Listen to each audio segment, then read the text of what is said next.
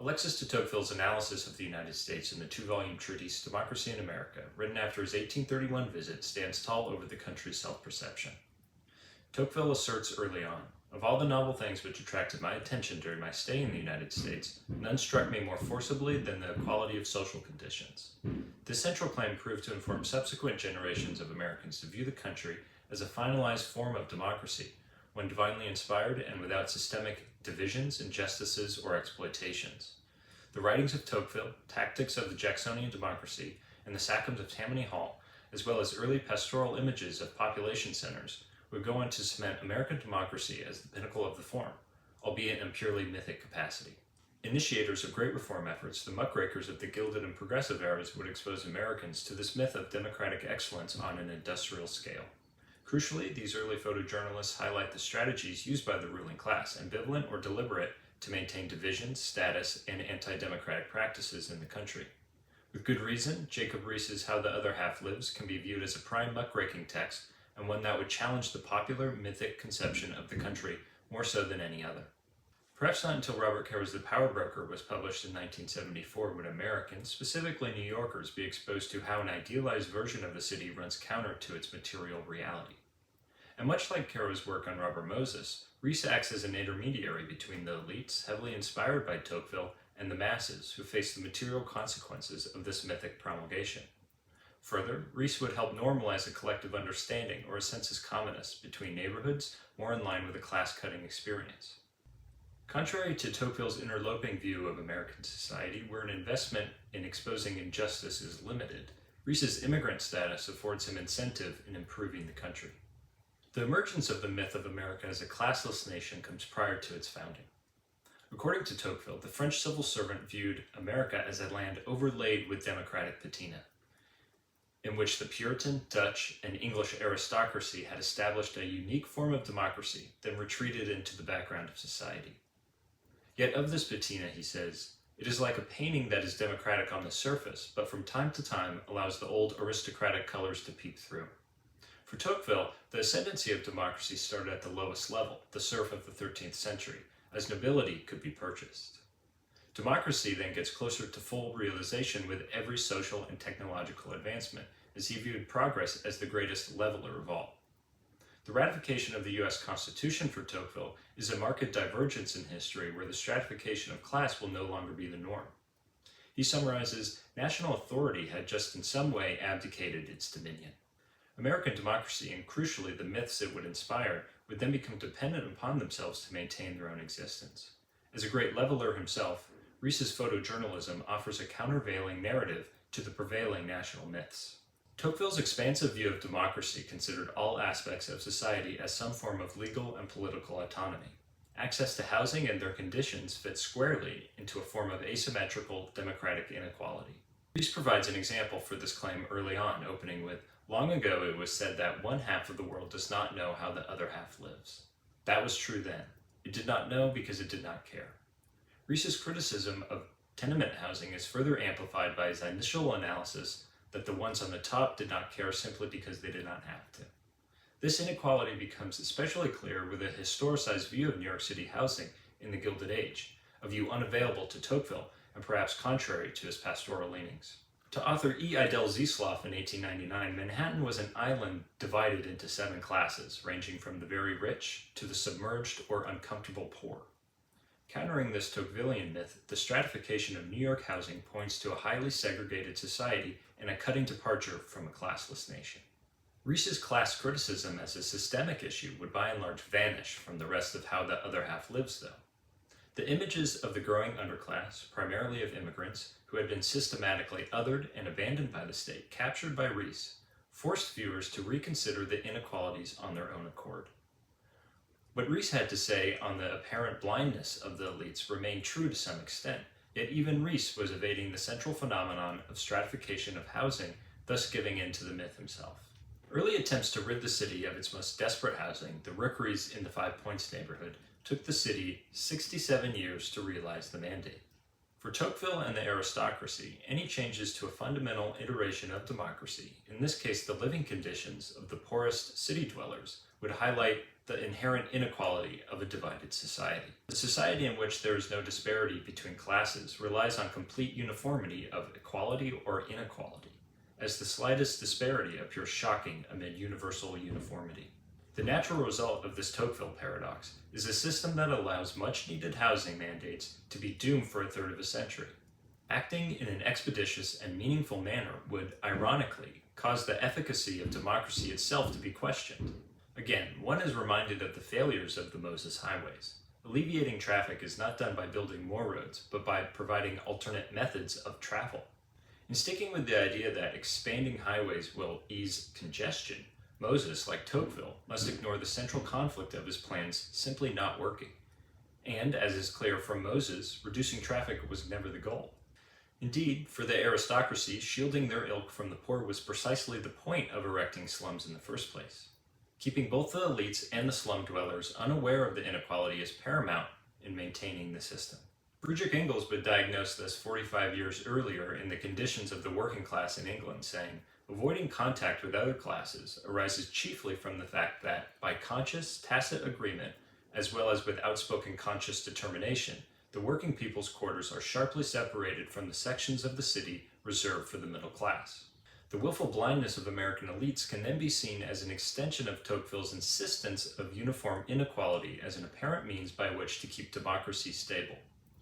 In the maintenance of a permanent underclass, class consciousness often goes unexplored by design. By exposing the spectacle of the slum to their very dwellers, Riis is igniting, possibly unawarely, a new conversation about the disparity of classes in the urban setting. Riis's initial counter to the division of class as a systemic problem is true, if deeply cynical. He notes, "The system has come to stay. Nothing is left but to make the best of a bad bargain." There's a clear divergence here between Riis's writing and his photography. Informed by the classless myth, Riis preferred social intervention to come at the individual level. His views of the state as a regulatory body or uplifting institution point audiences to someone who is, at the very least, skeptical of systemic change. Even private renewal strategies are greeted suspiciously, as charity schemes do not address the central issue of the slums, that of individual or group character flaws. Riis goes as far as to base the entire initiative of housing as a business, saying, "If housing is to amount to anything, it must be business." Charity schemes and state intervention, to Riis, would only result in turning the tenement renter into a pauper. This immigrant underclass, then, must simply make do as best they can, as democracy itself is in the balance. It is impossible to ignore the legacy of gaslighting here, as Moses would argue the same of the East Tremont and Bay Ridge neighborhoods of the Bronx and Brooklyn, respectively. Stymied by inaction and growing poverty, Riis switched tactics to photography. Still in its genesis, urban photography prior to Riis was a heavily stylistic medium, focusing on the craft within the artistic conventions of painting, portraiture, and panoramic views of cities, according to historians Timothy Crimmins and Peter B. Hales. Urban photography between 1839 and 1885 had not yet begun its second life as a tool of social reform, but was just another form of myth promulgation by the ruling classes. Victorian ideals of an intensely pastoral country still dominated the national conceptions of itself. Scholar Bruce Kaler notes, urban photography began to create a mythic alternative to the agrarian ideal upon which the country was raised. Early photography and paintings of the pre-Riis era show a complete erasure of the slums and an adoring beautification of wealthy estates.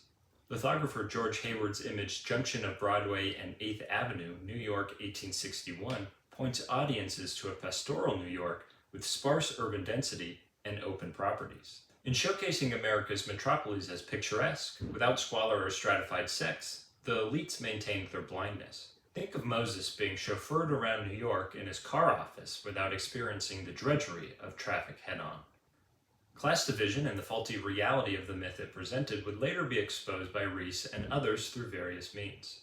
As Crimmins notes, between 1885 and 1915, another vision of the city used photography to document the seamier sides of urban life as a part of a campaign for social reform. The exposure of the slums through photography echoes greatly the sentiments of Marx's ideas on the stratification of society, in that the truth of any society is found in its bottom strata. Riis's traveling demonstration of photographs showing the sprawling, uncontrolled environment of slums would indeed be in direct contradiction of the prevailing classless society myth, as implicit in calling for reform is an acknowledgement of a failing system. A contemporary of Riis's, Thomas Burns, documented the slums to fuller effect in Professional Criminals of America. Burns went as far as to describe his book as a history of the criminal classes, a reaction to the further reduction of the slum dwellers' class status as heinous and permanent. Photographs like Bandits Roost 59.5 Mulberry Street and Typical Toughs provide visualizations for this bottom strata, and Riis did not shy away from capturing the harshest realities. Population density, often noted by Riis, shows the tenement renters having a significantly diminished voice in democracy. The bandits and the toughs of Mulberry Street, though largely unaware of their numerical advantage, certainly represents the city's population more accurately than the aristocracy. In comparison, the idealized images of Gilded-era Manhattan do offer one view of American metropolis society, but are not panoramic in terms of class breakdown. The harsh information gathered from Riis's photos would illustrate to the masses that a view of the city is incomplete without a view of the poorest inhabitants, the created underclass. Important for Riis, as an immigrant himself, was a discussion of the lines in which these divides occurred. Dominated by class as a general rule, the slums were further segregated by race, ethnicity, religion, and nationality. Scholar Hika Paul, in her book The Myths That Made America, points out the pervasiveness of immigrant rags to riches myths, saying, "Narratives of immigrant failure thus are obviously at odds with the hegemonic version of the self-made man, and expose the underside of the myth. As the myth's hegemonic version shrugs off the fact that it is not success in self-making, but sheer survival that is at stake for many immigrants in a society that is characterized by gross class inequalities." In instance of his own blindness, Riis claims the virtue of the determined immigrant's rise is obvious. His need to diagnose the problems of the slums in terms of the varying sex of immigrant traits ignores an overarching class division, and skips over the struggle for survival entirely. Riis even echoes popular sentiments that the poorest immigrants might be reasonably expected to make the most of it. There is a retelling of life in the slums as one that is tough but fair, soul-crushing, yet worth the heartache. The Tocquevillian conception of equitable social conditions reverberates around the Mulberry Bend, and at its core calls for its persistence. What Riis fails to consider, even as he later points it out, are the systemic issues of forced segregation through racial and religious economic discrimination. Again, one must ask why Moses chose the neighborhoods he did. Buying into this undivided immigrant myth would run at odds with Riis's later claims regarding the Black and Chinese population of the slums. On the open discrimination levied at Black tenement renters by their white landlords, Riis remarks, "It is business. The landlord will tell you, and it is." On the Chinese American spiritual capacity, and thus upward mobility, Riis relegates them to an ethnic group that is without the essential qualities to comprehend the gospel. Visions of Chinese American laborers on the streets or unconscious in opium dens would fulfill Riis's religious supposition. Photographs like smoking opium in a joint and the official organ of Chinatown rely on viewers to maintain the othered effect of the lower class immigrant groups in order to avoid a sensus communis. Exposing Riis's personal faults is of much less importance, but is rather illustrative of his views of America as a country in which systemic reform would never solve any underlying ethnographic problems. As long as the essential qualities were maintained in the communities, uplift from the state would be at the detriment of the upper classes. Indeed, Riis is doing a stratification of his own by avoiding the dominant problem of class divide. As scholar Hilary Marks notes, this myth of the American opportunity for success tends to amplify the heroes and ignore the victims of the myth. Amplifying heroes and ignoring victims, reducing economic or social advancements to individual achievements, plays largely on the prevailing classless and divine myths by disregarding the systemic problems that disproportionately affect the lower classes. Redemption for Riis's views would then take the form of his preaching of sensus communis to aristocratic churchgoers during his magic lantern shows in upstate New York and Pennsylvania.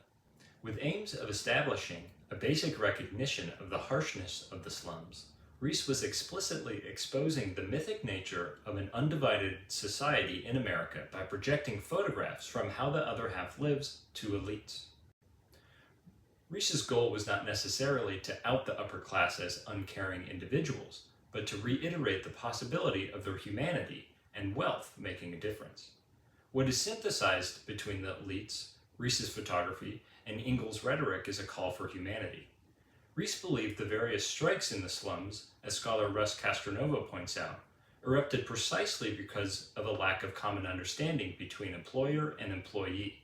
Riis's photographic attempts at sensus communis often situated the subjects of the photographs in the center of frame, with desolate and stern faces, meant to play on the Christian guilt of the viewers. The overcrowded tenements of 5-cent spots, as shown in lodgers in a crowded Bayard Street tenement, were in stark contrast to the well-ventilated drawing rooms of the aristocracy. Even public spaces like the alley of Bottle Alley were rightly captured as dirty, dangerous, and seemingly without a way out. In an instance of outside photography, like Street Arabs at Night Mulberry Street, Riis captures 3 small children barred on 4 sides. Viewers are instinctively forced to imagine the children's future as typical toughs in and out of jail. As compared to the public spaces the rich enjoyed, Central Park or Washington Square Park, the public spaces for the poor hardly inspired good health or good temper.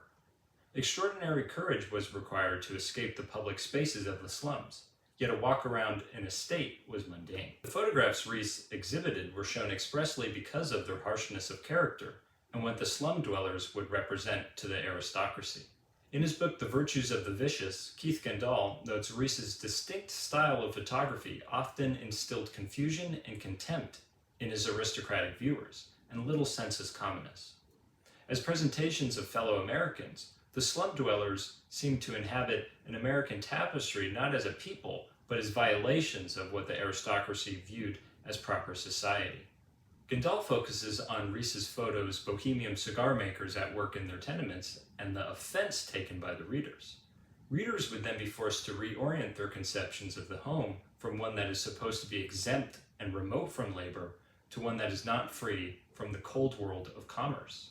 Reverend William T. Elsing, a Riis contemporary in urban social justice, would make this claim as well in 1882, saying, "It would be an easy matter for me to take a stranger into a dozen or more homes so poor, dirty, and wretched that he would not forget the sight for days, and he would be thoroughly convinced that a home cannot exist in a tenement house." It would be important to know, however, Elsing's feeling towards the home was not as cut and dry as others, saying, "But I could take that same person to an equal number of homes in the same section of the city, and sometimes in the same house, which would turn him into a joyful optimist, and forever satisfy him that the state of things is not by any means as bad as it might be."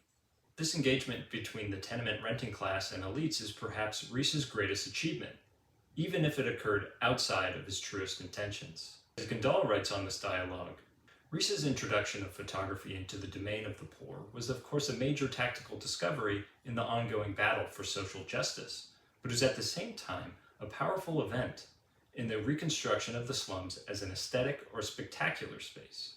Yet it is in this aesthetic space that some critics view Riis's work as having been actively damaging in the greater struggle for reform.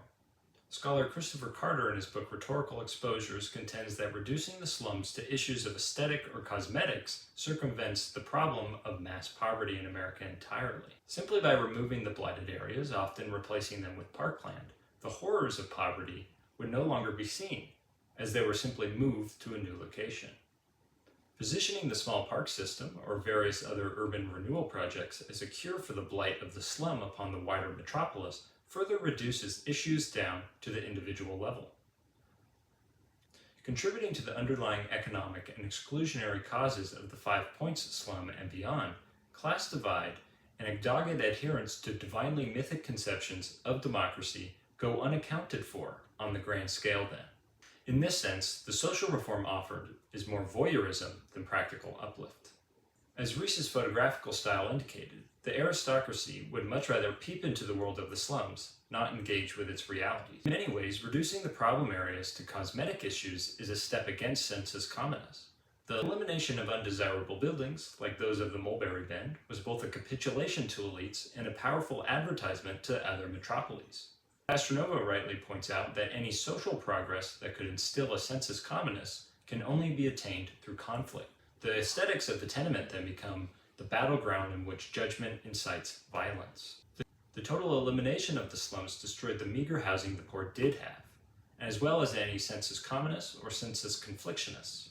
Instead of engaging with class conflicts, local wards simply sought to remove blighted areas under the guise of eminent domain, while the aristocracy moved away entirely. Private urban regeneration proved to have its limit then, as the lots turned into slums. Riis was not blind to the phenomenon cosmetic arguments had on the ruling class, however. The aesthetic language of a ruined legacy was also on his mind as much as it was the aristocracy's. Wrapped up in the myths of a classless and divine America is also the lineage of space. As mentioned earlier by Engels, failing to protect their accumulation of land from the forces of progress would act as a thorn to the wealthy too. Riis warns, nothing would probably have shocked their original owners more than the idea of their harboring a promiscuous crowd. For they were the decorous homes of the old Knickerbockers, the proud aristocracy of Manhattan in the early days.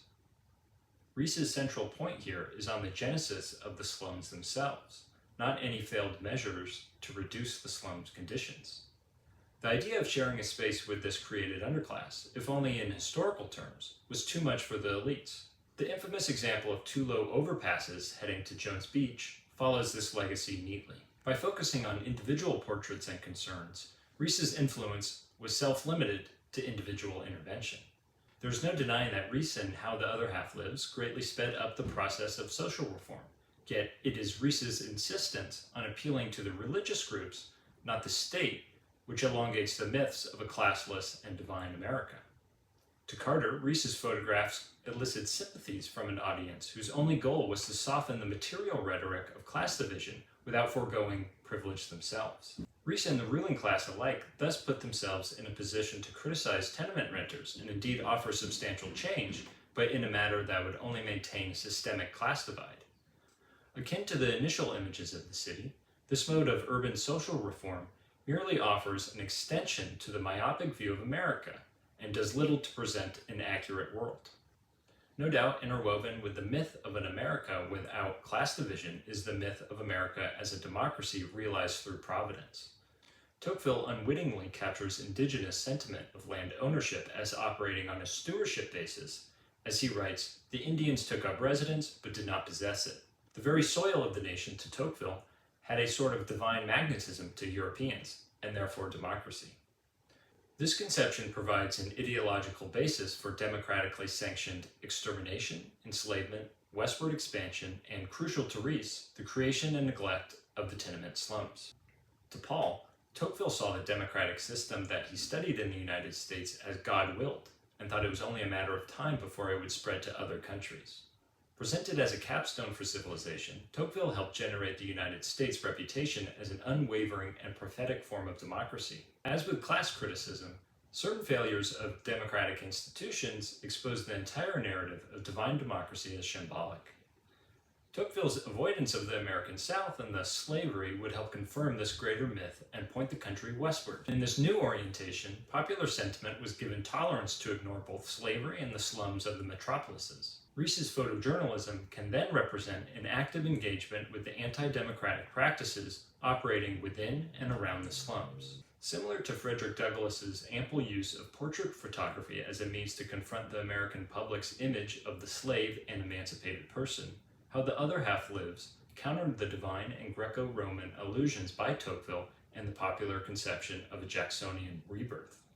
A central tenet of Jacksonian democracy, akin to Tocqueville's view, was to express the country as a new beginning to history, or a divinely granted second chance for the human race, as noted by American literary critic R.W.B. Lewis. Riis and Douglass's use of photography would expose the second chance conception as one reserved only for upper-class whites, not all of Christendom. Akin to Riis's connection to then New York City Police Commissioner Teddy Roosevelt, Douglass, says scholar Laura Wexler, is in conversation with Lincoln over the image of the black man and the image of the American Union. Though the subjects of photography were different, both figures offer a countervailing critique of the mythologized form of American democracy in their respective periods. Urban photography prior to Riis, says Collar, eliminated all evidence of uncontrolled growth and lower class poverty, emphasizing instead scenes of geographical unity, social order, and architectural monumentality. Depiction of an idealized social order in 1870s New York would indeed ignore issues of class, race, and democratic incoherence. Fowler goes as far as to argue urban photography of unity was a deliberate attempt to instill ideas of America as a completed civilization, an extension of ancient Athens or Rome. Geographical unity and social order shot from above limited the people's view to a cosmetic trope, relying on property, not people, to elicit an emotional response. Gridded streets and squared-off buildings hide the people inside from view. Both Collar and Hales note Riis's use of ground-level and indoor photography, two geographical units where the tenement renters could not hide. Photographs like a flat in the pauper barracks and a downtown morgue give inside looks at the tenement reality. Innocent desperation in stark white terms and the seedy underbelly of a sinful city would help generate emotional responses from the aristocracy, as Riis planned. Often countering Victorian portraiture, Riis's photography was a melange of faces, each one more desperate than the last. Likewise, hunting river thieves presents the city's waterways as the depository of organized crime, not conduits of global trade or recreation. These are lives that would have formerly been hidden, now are indelibly shared with the city and the elites. Riis himself would still find his way into the mythic promulgation, however. His magic lantern shows to the elites of the metropolises were performed almost entirely at religious institutions and were geared towards Jacksonian ideals. Religious institutions do not have the power of the state, and by appealing to them nearly exclusively, Riis becomes a figure uninterested in systemic change at the legislative or judicial level. Rectifying the trauma of the slums through religious maneuvering or sensus communis further reinforces the soft power held by these institutions. In calling upon the state to alleviate tenement ills, American democracy would then be relegated to the secular state style of involvement found in European democracies, and thus not divine. On the occasions Riis's photojournalism could not appeal to the religiosity of the aristocracy, he reconfigured an appeal to further establishing a Jacksonian democracy, saying, "You owe it to the Republic to help us to the realization that we, all its people, go up or down together." Seemingly aware of the failures of both public and private slum relief, Riis's antipathy towards government intervention points to a deeply held belief in the providential myth. Key to the myth of divine democracy is the idea of America as a new land, designed to be taken by those who are willing. Plunders of expansion were not at all limited to the West, and existed with great ferocity in the metropolises of the East too, as skyward expansion is also a manifestation of Jacksonian democracy. Where the West certainly had the dominating sentiment of visions of the yeoman going west to build a violent empire, the slums of New York were dotted with opportunism and corruption as well. Riis's account of Blind Man's Alley is particularly illustrative of exploitative conditions and political negligence. The actions of Old Dan are not entirely unique, exploiting a group of blind beggars that he stubbornly refused to better. But the reaction by the health board to simply threaten eviction of the blind beggars lest sanitary cleaning up occurred is representative of a country whose default position is to support the individual over the group. Riis notes the odd result of Blind Man's Alley after sanitation was a place without people. The alley can then be seen as an isolated instance of cosmetic revival and one altogether useless for the poorest sects of New York. Blind Man's Alley shows to a wider audience that interference from the state that counters private enterprise would indeed point to a society made up of rogue individuals and institutions, not a collection of benevolent almsgivers. This further points to the Jacksonian ideal of valuing property over people, and what little recourse the lowest sects of society had against the ruling classes and institutions.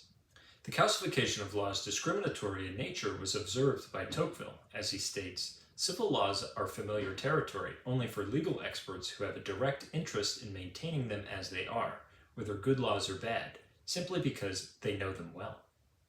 Here he admits laws are the product of a ruling class, not providence, and that the majority of the nation hardly knows them at all. The greater myth would still prevail, though, as Riis notes the tenement renters' inability to defend themselves both de facto and de jure. This legal inaction is indeed part and parcel of democratic practices, as special provisions were given to the blind once a year. Just enough to keep them quiet, the superintendent of outdoor distributes $20,000 annually to the poor blind in the city.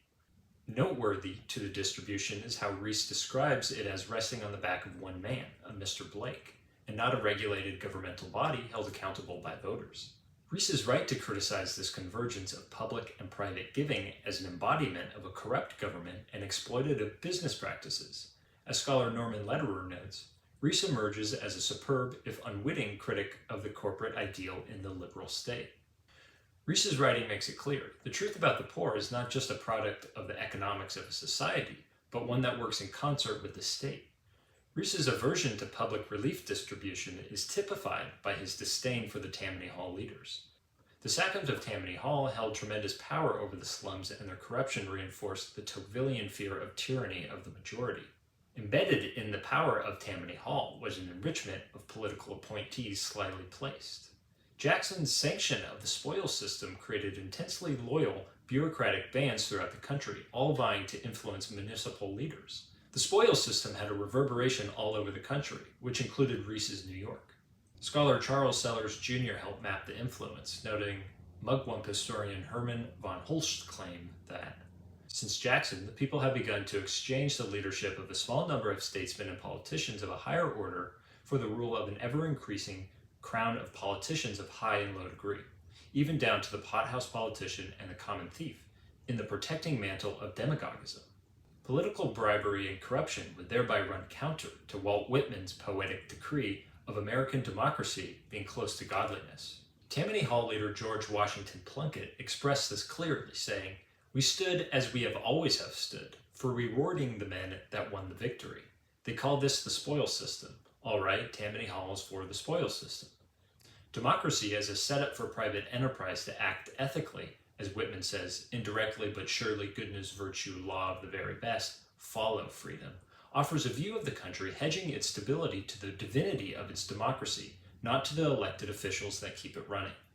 Allaying unfair democratic practices by injecting virtuous leaders into institutions can fix individual problems, of course, but is not a direct counterbalance to systemic corruption, as Whitman claimed and as Riis attempted to persuade.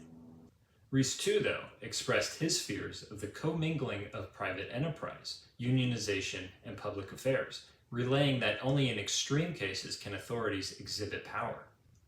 When they do act on behalf of the tenement renters, Riis notes, the housing conditions improve, but blighted areas often overtake the sanitized zones, just as one bad boy in a schoolroom will spoil the whole class. The old laws remain in the slums, Riis and Tocqueville would agree, simply because they know how to be circumvented. How was Moses allowed to do all that he did? He wrote the law. Clear to Riis, Tocqueville, and Whitman, any failings of democracy need not be blamed on institutions, but individuals failing to adapt. To Tocqueville, the preservation of divine democracy relies on group association.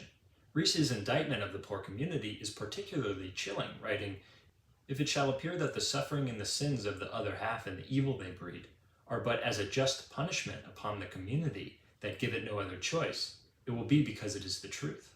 Riis's biting criticism of the other half again runs counter to what his photography would dispel. As the Tammany Hall clique exposed the humane flaws of American democracy through its corruption, the scenes of closely knit tenement dwellers point to issues that cannot be overcome by simple association. Perhaps the best method in which Riis would expose the divine democracy myth comes through his photography of destitute group settings in the tenements. On the jarring nature of Riis's tenement photography, Hills says, "The camera angle placed them up against those walls, pressed them into those corners, crowded them into the passageways and alleys and stairwells."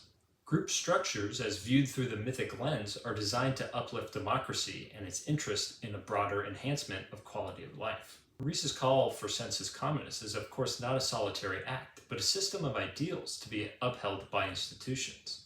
Hales comments further on the immediacy effect of the photographs, framed up close and personal to the tenement renters, as if the elites would recognize the photographs as portraits of their own loved ones. As the pre-Riis urban photographers had avoided slum settings, Riis's venture into them, showcasing the renters in tight quarters, expresses the notion that association was as common there as it was in Tammany Hall or the estate. Riis's sensus communis was eventually largely achieved as both private and public institutions reconfigured the second chance for human life to include the lowest rung of society. The eventual dissolving of Tammany Hall and the New York Tenement Housing Act of 1901 marked two of Riis's greatest influences. Substantial change for the tenement renters would be further influenced by Riis's exposure of the two dominant Tocquevillian myths of a classless America and a divine democracy. The cascading effect of how the other half lives would then help set in motion the progressive era's social reform and muckraking journalism.